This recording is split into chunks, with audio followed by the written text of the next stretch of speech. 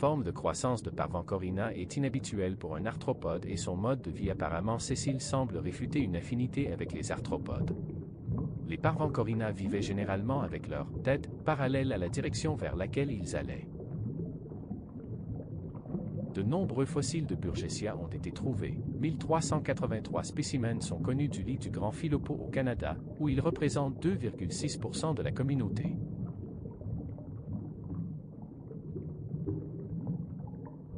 Sarotrocercus était une créature qui nageait librement sur le dos, se déplaçant peut-être grâce au mouvement des branchies et à l'action de sa longue queue finie en touffe.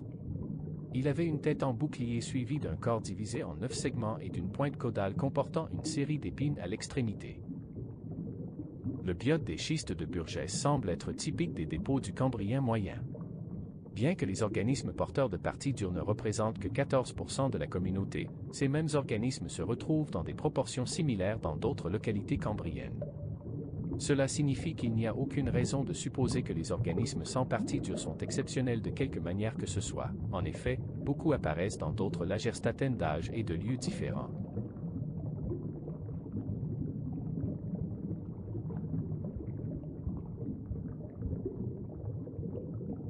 On pense que l'écosystème des schistes de Maotianshan en Chine était une mer peu profonde avec un fond boueux.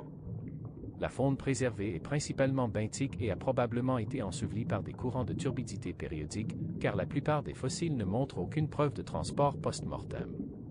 Comme les fossiles plus jeunes des schistes de Burgess, le paléo-environnement a permis la préservation des parties molles du corps non minéralisées.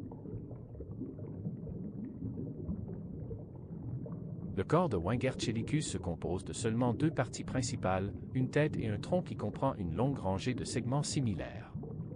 La tête relativement petite est dominée par de grands yeux et 3 paires de longues pattes, ce qui la fait ressembler à une nymphe de demoiselle.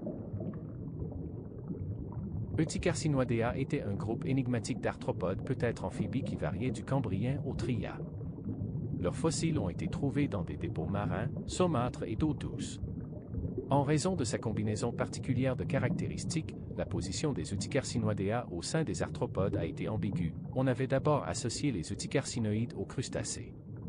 Cependant, les caractéristiques générales et la découverte de fossiles de ce groupe dans les roches cambriennes suggèrent qu'ils pourraient avoir donné naissance aux mandibules, le groupe qui comprend les myriapodes. Le préabdomen se composait de 5 à 14 tergites, chacun ayant jusqu'à 3 somites. Chaque somite possédait à son tour une paire de pattes unirames et segmentées.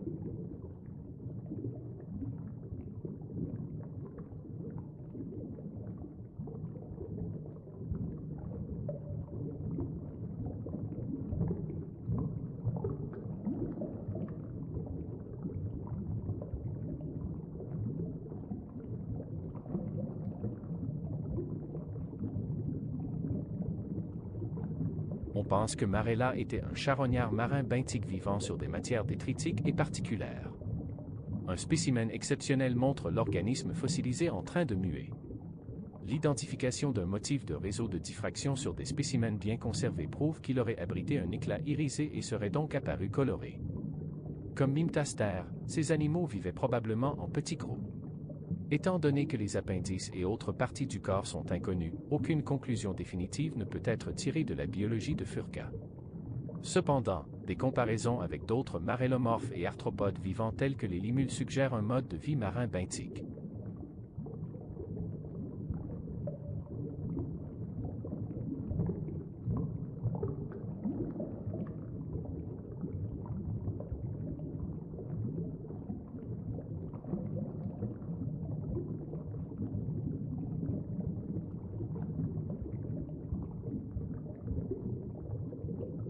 Saprion a vécu au début de la période cambrienne et il peut être la forme la plus basale des trilobites ultérieurs.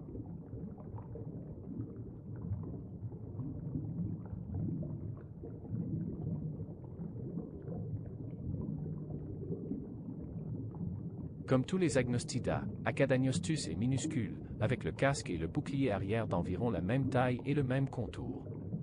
Il a un céphalon rond sans épines. La bordure céphalique est étroite, tandis que le sillon de bordure est large. Redlichia a un exosquelette dorsal plutôt plat et finement calcifié de contours en forme de fin versée, mesuré à travers la base des épines génales et sans tenir compte de la colonne vertébrale sur le 11e segment de la partie médiane articulée du corps. Comme chez de nombreux premiers trilobites, le thorax des paradoxides est constitué de segments dinofulcrates, permettant à l'animal de se mettre en boule pour se protéger, de la même manière que les tatous modernes, tout en laissant un accès à la face ventrale douce de l'animal de chaque côté.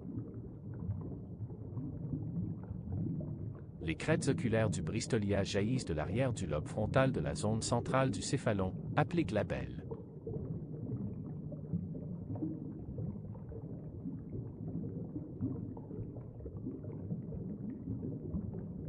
Pichella est unique en ce qu'il a des épines génales courtes, larges et fortement gonflées, avec des extrémités largement arrondies. Le céphalon a un contour semi-circulaire avec de courtes épines arrondies fortement renflées. Le céphalon de Kleptotule est composé d'au moins 5 segments et son thorax allongé est composé de 27 segments. Ce genre est le seul trilobite long connu.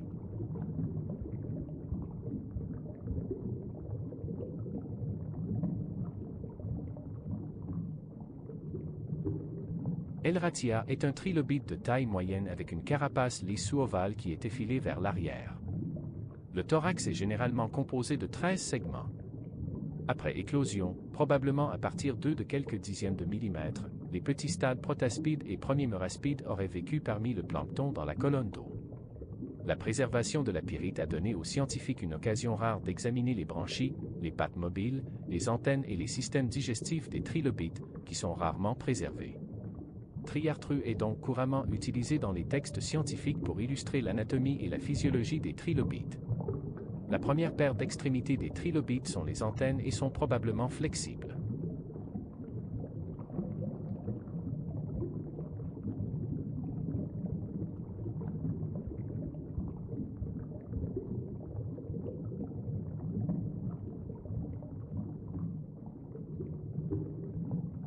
De nombreux odontopleurides ont de longues épines qui dérivent soit des marges de l'exosquelette, soit d'une ornementation granuleuse ou tuberculeuse. Ils sont si épineux qu'on les décrit comme ayant des épines sur les épines. On suppose que les énormes épines du Dicranurus ont entravé la capacité des prédateurs à l'attaquer, tels que les placodermes arthrodaires, ainsi qu'à les empêcher de s'enfoncer dans la boue molle de leur environnement.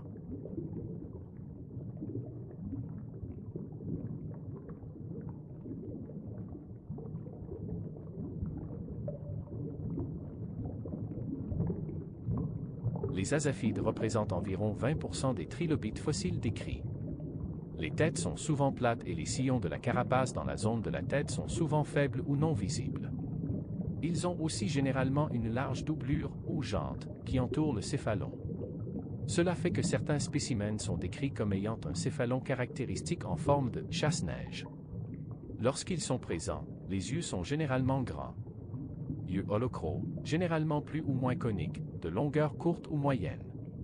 Dans certaines lignées d'évolution, la surface visuelle de l'œil est surélevée sur une tige. On pense que le trilobite azaphu a peut-être attendu des proies enfouies dans les sédiments du fond avec seulement ses tiges oculaires périscopiques saillantes. L'événement d'extinction majeure marquant la fin de la période ordovicienne a réduit la diversité de tous les ordres de trilobites, la plupart des familles d'azaphides disparaissant.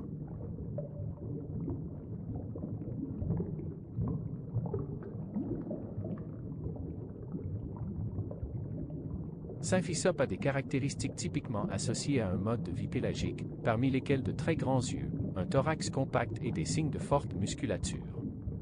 Chez certains cyclopigides ultérieurs, l'élargissement progressif a entraîné la fusion antérieure de leurs yeux.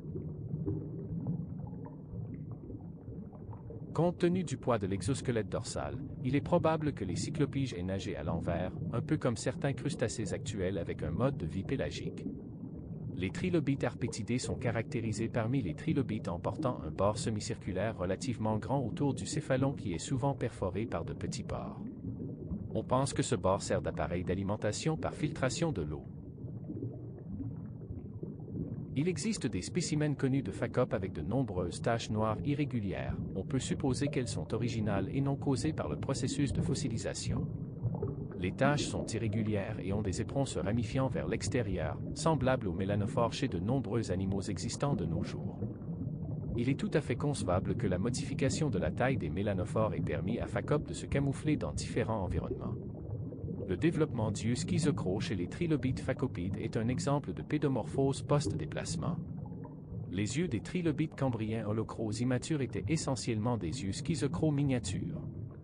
Chez Phacopida, ceux-ci ont été conservés, via une croissance retardée de ces structures immatures, dans la forme adulte. Le lobe palpébral en forme de sourcil de l'herbenochyle s'étend latéralement sur la surface visuelle des yeux, ombrageant l'œil du soleil.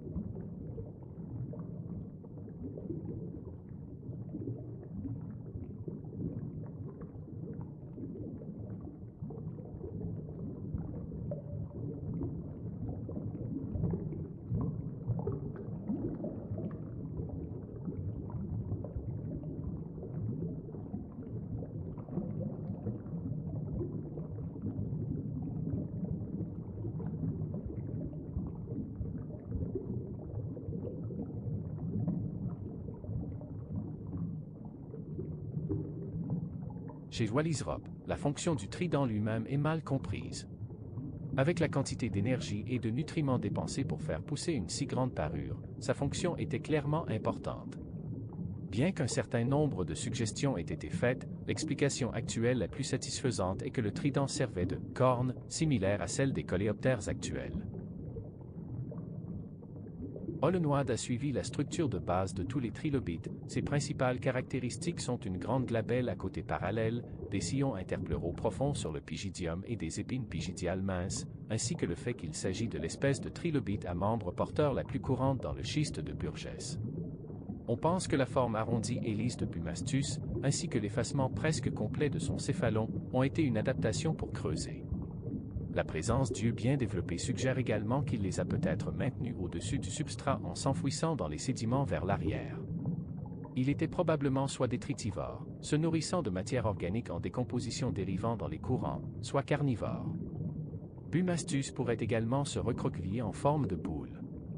On pense que cela indique que son habitat pourrait avoir été les eaux peu profondes de la zone littorale.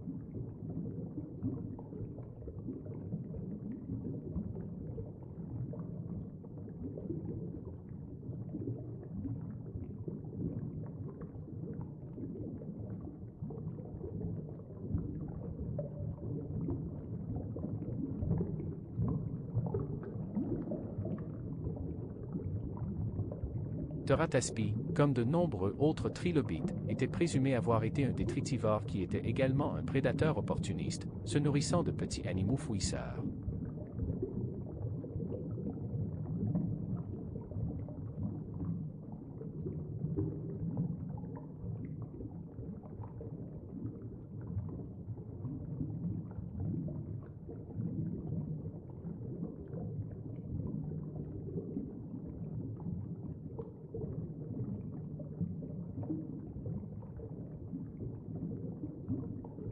Proetida était le dernier ordre de trilobites à s'éteindre, s'éteignant finalement lors de l'extinction du Permien.